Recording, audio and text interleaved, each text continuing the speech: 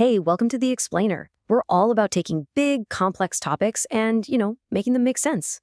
Okay, so have you ever just frozen under pressure? We all have, right?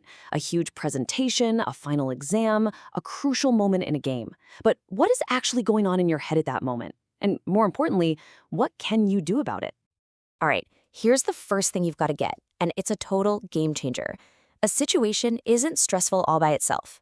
Nope, it's all about how your brain sees it, how it evaluates what's happening. It's not the event, it's the story you tell yourself about the event. And this whole process, this mental check-in, actually has a name. It's called appraisal. A couple of researchers, Lazarus and Folkman, really pioneered this idea. It's that split-second, often subconscious, process where your brain asks, hey, does this matter to me? Is this a good thing, a bad thing, or something else? This is the starting block for literally every stress response. So when stress hits, your brain doesn't just hit the panic button. Instead, it runs this super fast diagnostic, asking itself two huge questions to get its bearings.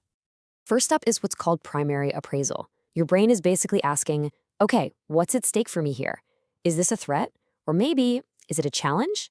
And then, immediately after, it jumps to the secondary appraisal. All right, can I handle this? Do I have the skills, the support, the energy?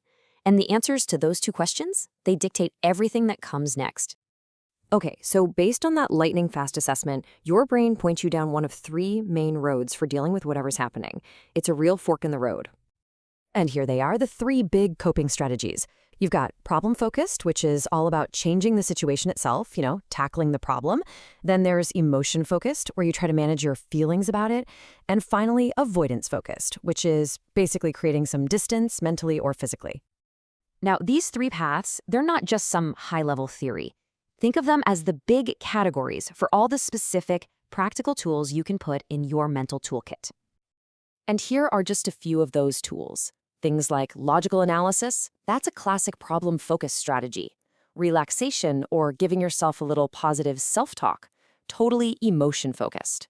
And seeking support, that one's interesting because it can actually be both. It all depends on what you're asking for.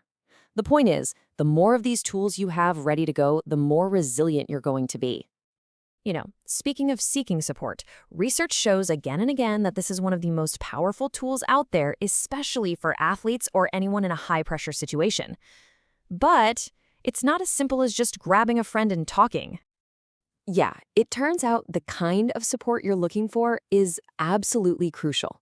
Sometimes you need that problem-focused help, right? Like getting real technical advice from a coach. But other times, you just need emotion-focused support. Someone to just listen while you vent and tell you it's going to be okay.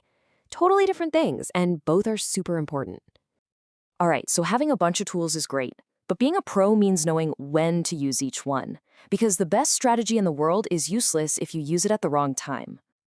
There's a great term for this in psychology. It's called a goodness of fit approach. It's really just a fancy way of saying you've got to match the tool to the job at hand. So here's a really simple way to think about it. If the thing stressing you out is actually controllable, you can do something to change it, like studying for an exam, then problem-focused coping is your best friend. But if the stressor is totally uncontrollable, like a delayed flight, trying to fix it is just going to make you more frustrated. That's your cue to switch gears and use emotion-focused coping to manage how you feel about it. Okay, but what about avoidance? We always hear that avoiding our problems is bad, right? Well, not always. This quote here points out something really smart. Sometimes strategic avoidance is the best play. If a stressor is temporary, like an annoying coworker you only have to deal with for 5 more minutes, just avoiding them until the situation blows over can be a really effective, really smart move. So what's the big takeaway here? It's that coping is a flexible skill. It's not a set of rigid rules. There is no one-size-fits-all best way to cope. What works depends on you, what you're trying to achieve, and the exact situation you find yourself in. So by understanding this whole process, how your brain first appraises a situation and then chooses a path, you're basically upgrading your own mental software. You can move from just reacting to stress to consciously, thoughtfully responding to it. Your toolkit just got a major upgrade. The only question left is, what are you going to build with it?